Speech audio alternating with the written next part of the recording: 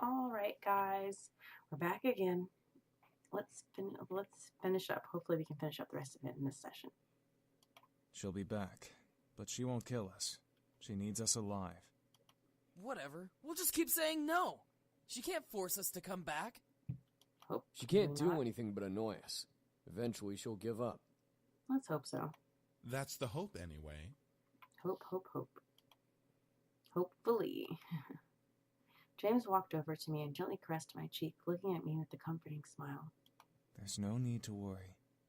I promise she won't hurt you. I hope you can make sure that doesn't happen, James. I nodded, feeling that he was telling the truth, or at least a hopeful and comforting thought. James kissed my forehead, however, making me blush and forget what I was thinking about. The sound of collective chuckles and playful snickers whispered through the air, making me blush even more.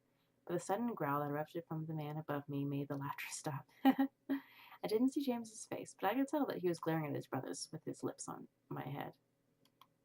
He and I pulled away from each other. Just as the sound of Naomi's car appeared, I quickly ate my food, waved to the boys, and left, confident that nothing was going to happen. That always sounds dangerous. Never ever say that nothing will happen before the day is over. This is true.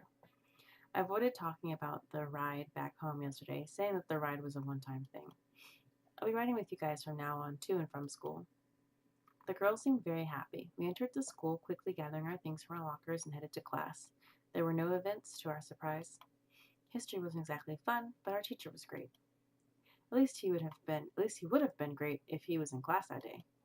Naomi and Suzu took their seats around me, Suzu in front of me, Naomi beside me, before the class bell rang and the class was greeted by the dean.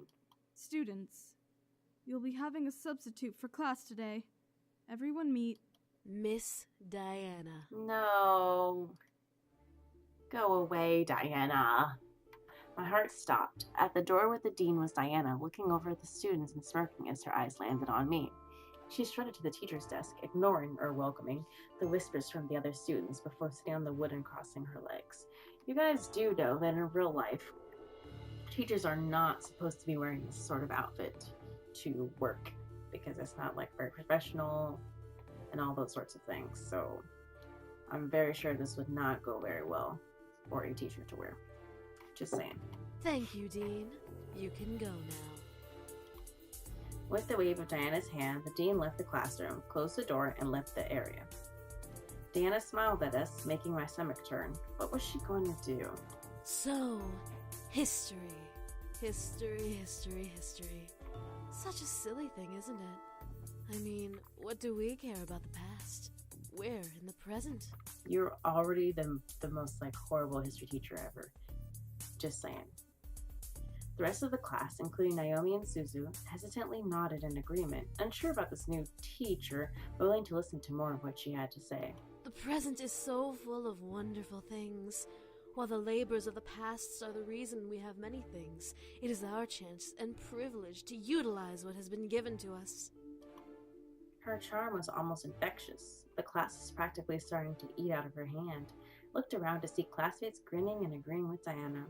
I pressed my lips together as I listened further. I had no choice. What's even funnier about human beings is that some of the bits of history we hear as either made up or completely biased to one side. It's like a story you read as a child. You hear of the princess and the prince, and they live happily ever after. But what about the family she left behind? What of her friends? Okay. The students listened and agreed intently to her words. I could tell, however, that these words were all targeted at me. The original story of the Little Mermaid, a perfect example of biased opinion. Here we have a girl who thinks she can be with this prince, but this prince has to marry a princess. What would happen if the mermaid had her way? What makes the mermaid so important that the princess has to suffer the consequences? Oh my gosh, lady. There's 5 of the brothers. Can you choose one of them? I mean, I have my James. There's a whole bunch of other guys that you can choose from. And if not them, I'm sure there are plenty more in your world. Keep quiet, or it doesn't matter what happens to the princess.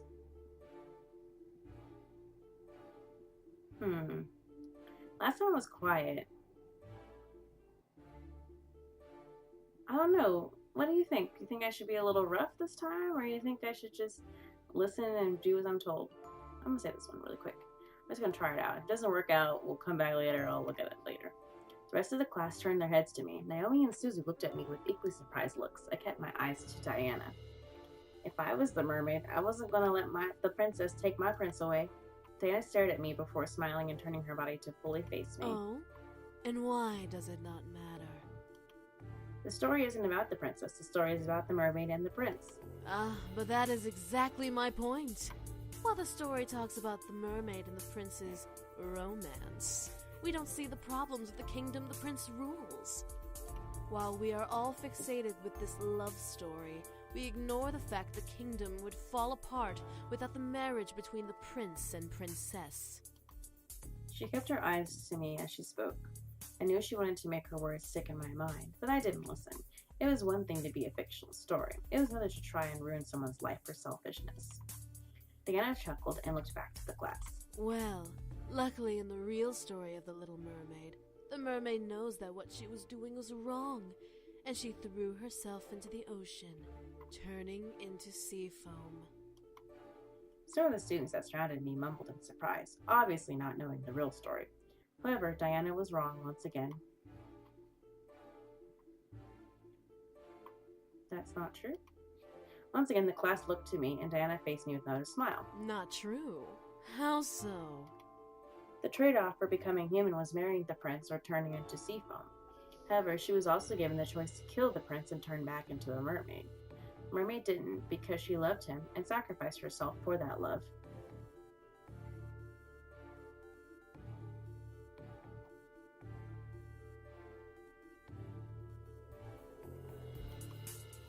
That is a story worth telling, not some princess getting her way, but of a tragedy that had befallen on a girl who only wanted love. The class applauded me, with Suzu giving me her usual punch to my shoulder, and Naomi smiling at my logic. Diana, however, finally grew an almost angered face at me. Interesting. So what you are saying is that the princess should be given no mind. The story is not about the princess. The story is about the mermaid, and the mermaid should have gotten her prince. Even at the risk of a kingdom falling apart? Even if the entire world fell apart around them, duty does not overrule love, and the princess needs to realize this.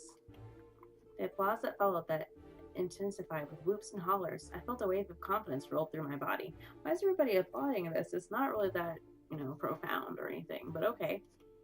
Diana wasn't going to win. I wasn't going to let her. Diana then stopped talking and looked to the clock on the wall, reading it quickly. This class had barely begun. Why was she looking at the time? Diana then leaned against the blackboard and smiled to us. I became worried. You know what? School isn't important. Everyone, go ahead and head home. Take the week off. You can't do that, Diana. The students suddenly began to chat happily or in confusion of the situation. Many thought it was a dream come true. Others knew better. Before anyone could protest, however, Diana pressed a finger to her lips and counted down with her fingers in the air. 3, 2, 1. The speakers of the classroom gently awoke, giving us an announcement we would never believe. Attention students. Due to an emergency faculty meeting, we will be closing school for the remainder of the day and this entire week. Please leave the school quickly and quietly and have a good rest of the week. She used her powers on them, dang it. I felt the need to stop her, but how could I stop a demon in the middle of a public area? Diana smiled before gesturing to the door. Have a nice week off. School will resume next week. I don't trust her. What's she gonna do? What is she gonna do? Many of the students filed out, chatting to each other about new impromptu plans. Suzu was beyond happy, but Naomi was hesitant. Before we could pack up and leave, however, Diana stepped to us. Excuse me, little miss. I'd like you to stay a little while. There's something we need to discuss. As Diana looked at Suzu and Naomi, she snapped her fingers, making my friends tense up. You two can head home. Don't worry about your friend until next week, okay? If you contact her, she won't reply, so don't bother.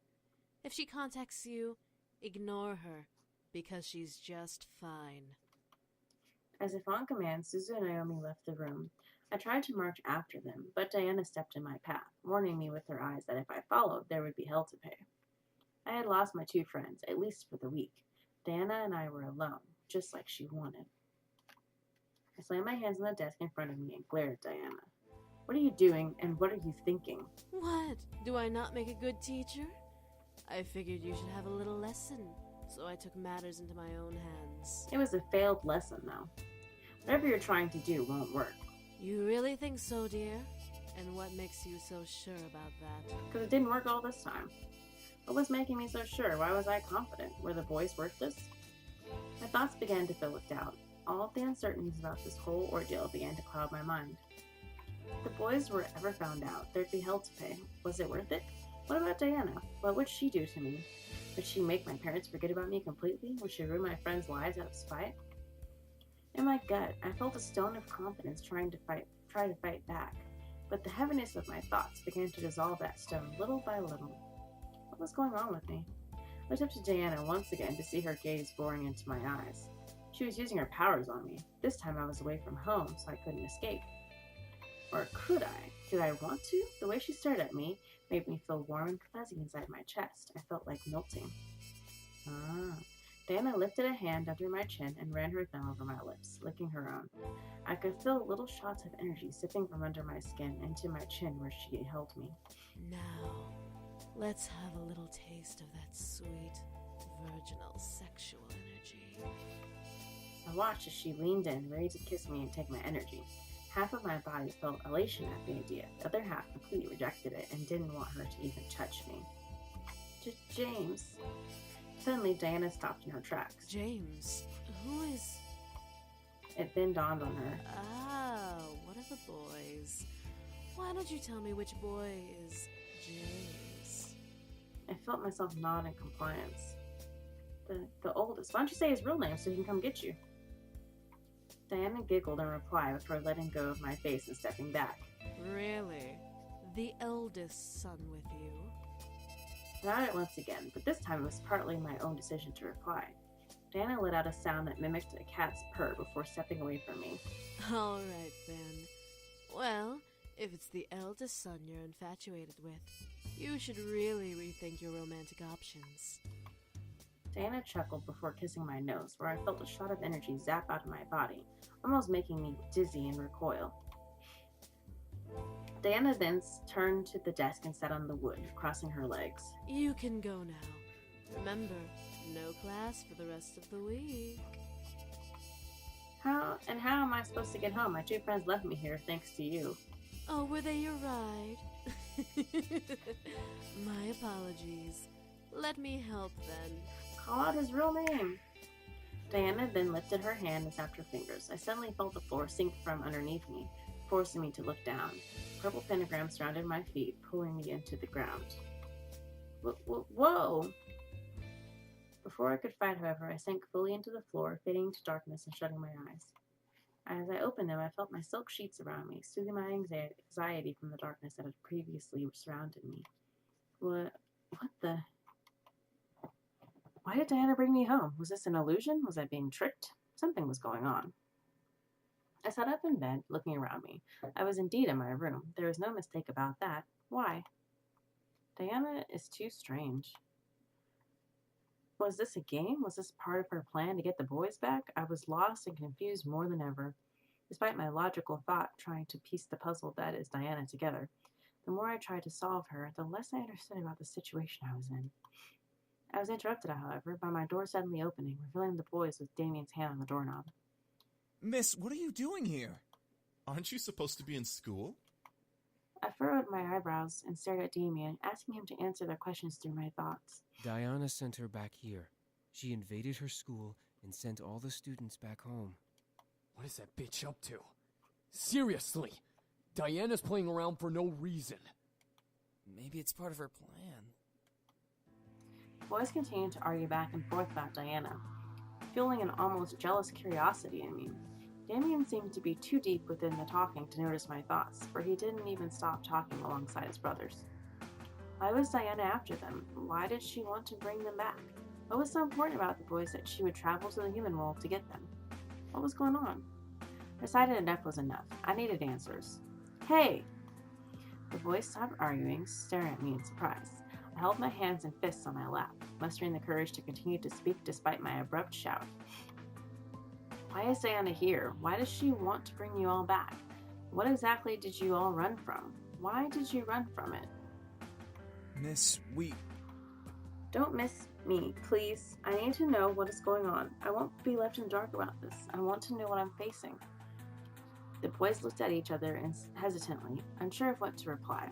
Finally, Sam pushed Damien towards the bed, making him buckle and land on his knees with his torso over the edge of the mattress. Damien, do the thing. The thing? What thing? Sam, you're not suggesting. Why not? She deserves to know everything, especially if Diana is targeting her. Sam's right. I guess we have no choice then. I was getting confused. What was Damien about to do? Damien stood before climbing onto the bed with me, sitting across from me on his knees. We are going to show you everything. You have to trust me, okay? The minute you stop trusting me, the vision will stop.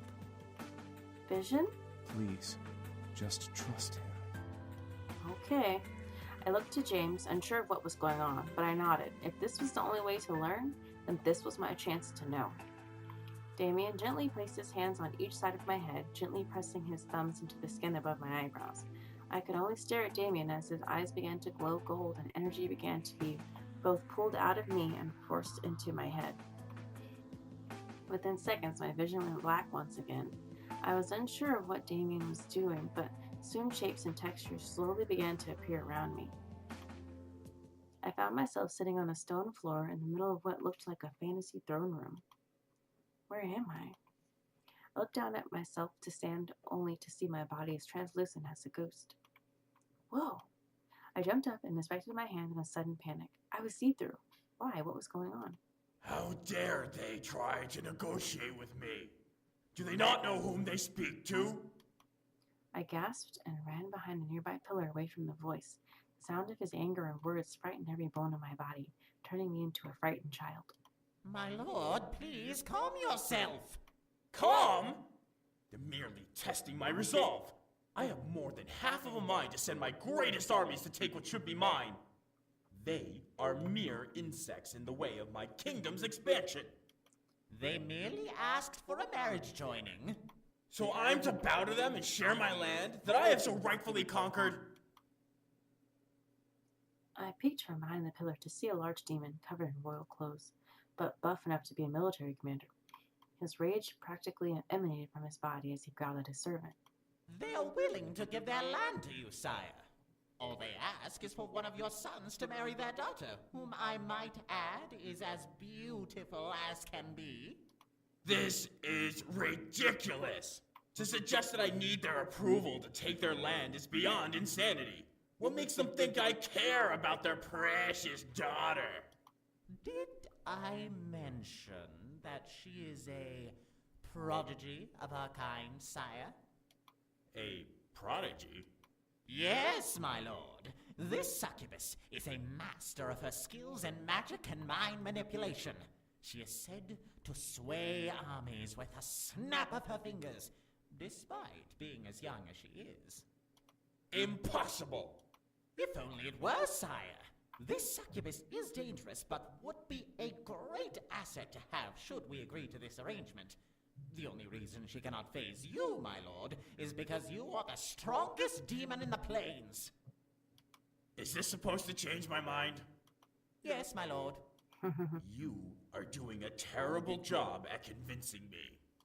My apologies, sire. I was lost. I could tell that they were talking about Diana, but why? Father. I quickly turned my head to see another demon. He looked like a mere child staring at the demon commander on the throne. Father? Ah, Ray Stroud. That's me. Have you That's finished my your boy. training? That's my boy. Yes, Father. Then what do you want? I want to be with my brothers the best of the day, Father. The demon commander walked to the young demon and gripped his hair, picking him up off the ground and forcing him to look up at his snarl. The young demon, however, looked unfazed. Arrogance. Why should I allow you to be with them? I should kill you for your lack of respect to me. Because I want to be with them, Father. I could only stare as the young demon faced his father, despite the massive difference between them. This young demon seemed weaker and easy to kill versus the demon commander. Why would this man kill his son, though? Was this commander that ruthless? However, I wasn't expecting him to laugh and release the young demon. Good! Assertive even in the face of danger. That is why you are my favorite son. I could only stare wide-eyed as the commander placed his hand on the demon's shoulder. Very well. Go. Tomorrow, you will show me your training. Little demon grinned widely before running off. I have a thought. Yes, my lord? How old is this daughter? As old as your 5th, sire. Do you believe this proposal is worth it? Yes, sire. Tell those insects that they are safe for now. I will consider their offer. Sire, are you certain? Did I stutter? Now go! The demon servant quickly ran off, but as soon as he passed the pillar I was hiding behind, he, along with the commander, vanished into thin air.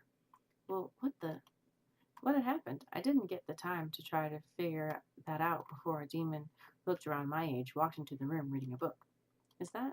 Raestrow, your nose is stuck in those books. Will you not lift your head up from them once in a while? Huh? That voice. I circled around the pillar to see a second demon, leaning against another pillar and smirking at Raestrow. Aren't you supposed to be with your mother practicing the harpsichord? I am, but I had a feeling that you were in danger. In danger? What are you... Attack! All of a sudden, 3 shadows zipped through the room and slammed into Raestrow, forcing him to fall to the ground and drop his book. As the sight cleared for me, there were 3 other demons in a dog pile with Raestrow at the bottom. Get up! No way! You haven't had a break in months from those stupid butts. It's time for punishment! Aw, brotherly My love. brotherhood! No more reading! I told you that you were in danger. I suddenly knew who those demons were. It's the boys. Even in the demon world, their brotherly connection was astounding. They were merely younger versions of themselves. One of the demons, who I assumed was Matthew, grabbed the book from the floor and opened it, reading it mockingly. How can you read this, Raestro? It's all about war strategy. It's boring. I have to, Zakaru. Get up! There's only one thing you need to know about strategy. Kill them all. Take no prisoners. You sound just like father. I couldn't help but giggle. It was cute to see them acting childish with each other. Eventually, James managed to push his brothers off of him and stand, brushing himself off. You all are reckless. At least we have fun. It's true. You haven't been with us in weeks. Don't you think it's time for a break? I'm sure Father won't mind. But I have to... I know you want to, Raestrow. Damn it. What is going on here? I shot my head to the voice to see the commander, aged a little, staring at the boys with his arms across his chest. Damien quickly dashed and hid behind Sam, peeking over his shoulder to see the large commander. Nothing is going on. We just passed by each other. Then why does your brother have your book? I was showing him what I was learning, Father. Return to your studies, Raestrow. The rest of you out of my sight. Do not disturb your brother again. I could only stare as James gently took his book and, without looking at his brothers, returned to reading. The commander walked past the remaining brothers, growling at Sam and Damien before leaving the room. What was up with that? Don't worry about it. We'll find a way to get him back. I don't know. He's on a very tight leash. Ezra, you're quiet. What did you hear? He's going to a negotiation meeting. He's going to arrange a marriage. A marriage? For who? It must be for one of us. He hasn't decided who will marry her. It's a girl from a kingdom he wants to take over. But that's uncharacteristic of him. Usually he'd just attack with the army. Whatever the case is, one of us is getting married. I hope it isn't me. What about Raestrow? He's the eldest. It would make sense, but having a succubus marrying one of us means that she'll be practically married to all of us. Well, what should we do? Before the conversation could continue, the boys vanished into thin air, fading into different colored mists. They were replaced by an older Damien and Matthew, sitting with each other in the middle of the throne room. Do you think we should? I really want to. I want to as well. Still, it'll be hard to convince Raestro, since he's the one about to be married, and he's the favorite. We don't know that, Zakaru. Maybe she's set to marry you. No way! I don't want to get married. I don't think you'll have a problem with that baby face of yours. I looked over to see Sam join the duo, crossing his arms and raising an eyebrow at his brothers. What are you two talking about? We got into contact with the human world again. Come on, Ezreal. You give humans too much attention. No way, you gotta listen. They apparently have stores and books and schools and stuff. So what? It's full of humans who piss on each other for no reason. They're no better than the devil spawn. Nuh-uh, the one we were talking to wasn't like that. How do you know, Sakeru? Because I do! What is going on here? They want to go to the human world. The human world? Raisturo, think about it. You won't have to marry that girl and be the heir anymore. You could be with us, and we can make lives for ourselves in the new world. Now you're just talking nonsense. I vote that we do it. Huh? Oh, not you two. Think about it. This may be our chance to finally get away from this political nonsense we're stuck in. We may be nobles, but we're still our own beings. Ristrao is in. What? Ezreal! Woo! So how do we get there? Are you kidding me? You don't even know how we'd get there. A simple spell should work, but it would require someone from the human world to help us get there. We can ask him. Oh, he'd definitely help us. I'm not so sure about... Reistra, aren't you tired of pleasing Father all of the time? I am, but... If you stay, you'll be married off and become ruler of Father's kingdom. You'll have no time for yourself or with us, and you'll be constantly at war with the other realms for power.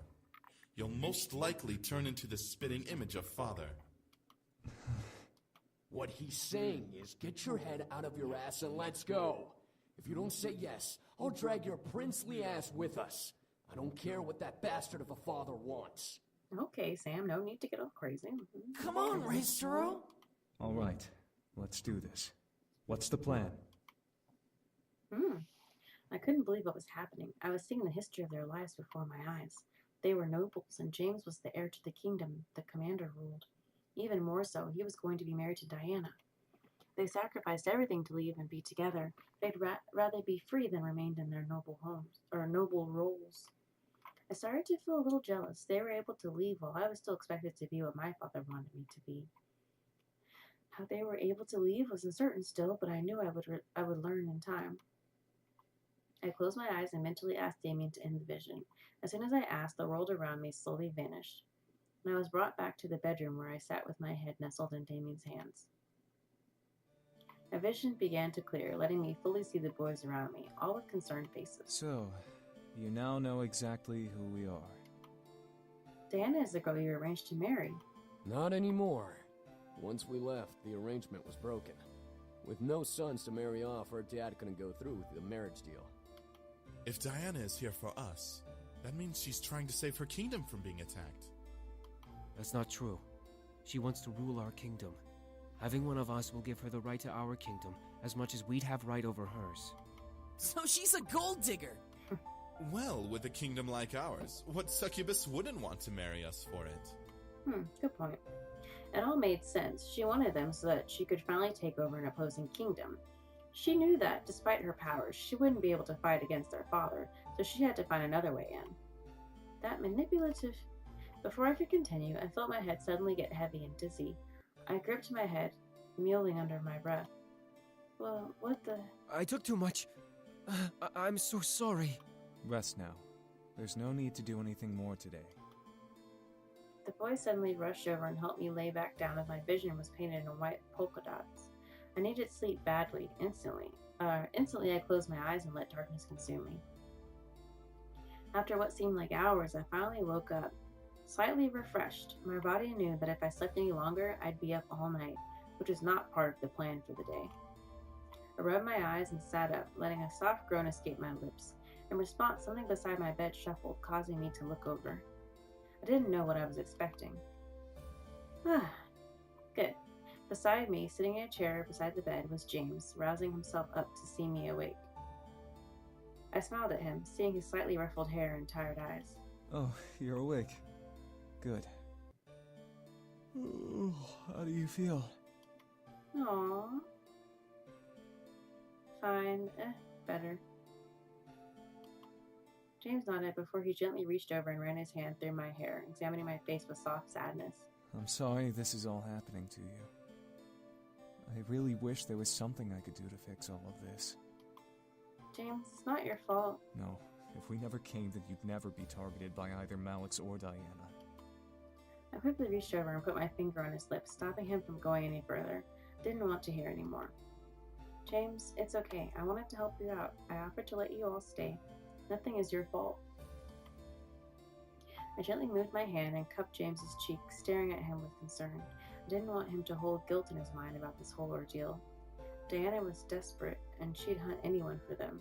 It wasn't his fault she was desperate enough to hunt them down. However, I was curious.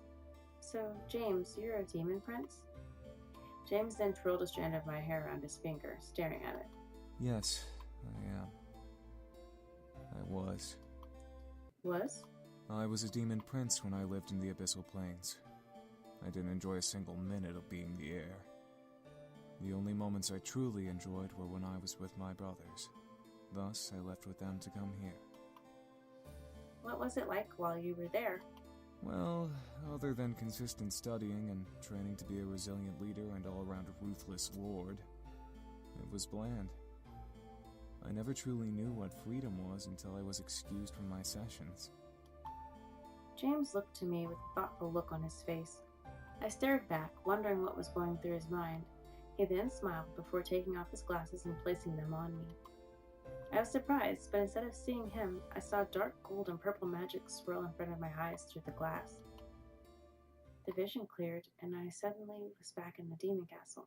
I looked around, feeling stuck in place, but my eyes instantly landed on a demon version of James. He was sitting on the throne of the main hall, reading over a book with an intense expression. It was kind of cute to see, but he read in silence. You'll wear out your eyes if you read too much.